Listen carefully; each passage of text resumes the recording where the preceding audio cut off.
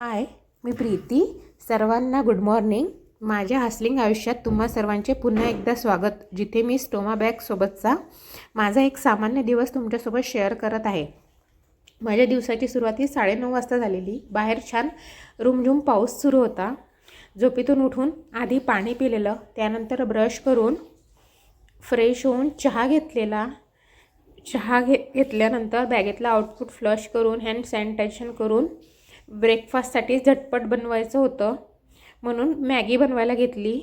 लवकर होईल पण माझी काही 2 मिनटात झाली नाही. असो, मॅगी खाऊन टेरेसवरती गेली, वॉकिंग केली आणि सनबाथसुद्धा घेतलेला. बाहेरचं वातावरण छान, ऊन पाऊस असं चालू होतं. परत खाली आले, बॅगेतलं आउटफिट फ्लश केलं आणि घरातली छोटी मोठी कामं केली. स्वयंपाकासाठी कुकर आणि डाळ लावलेली कुकरला.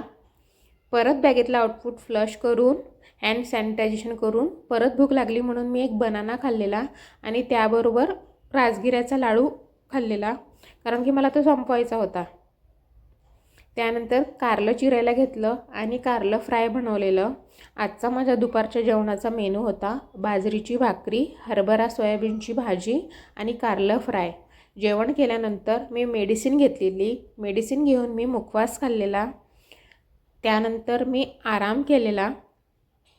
आराम झाल्यानंतर झोपेतून उठून परत बॅगेत आलेला आउटफिट फ्लश करून हँड सॅनिटायझेशन करून परत मला भूक लागली तेव्हा मी नमकीनमध्ये चिवडा खाल्लेला आणि त्यानंतर चहा पिलेला. चहा पिऊन झाल्यानंतर घरातली छोटी मोठी कामं आवरली, थोडं स्किन केअर केलं.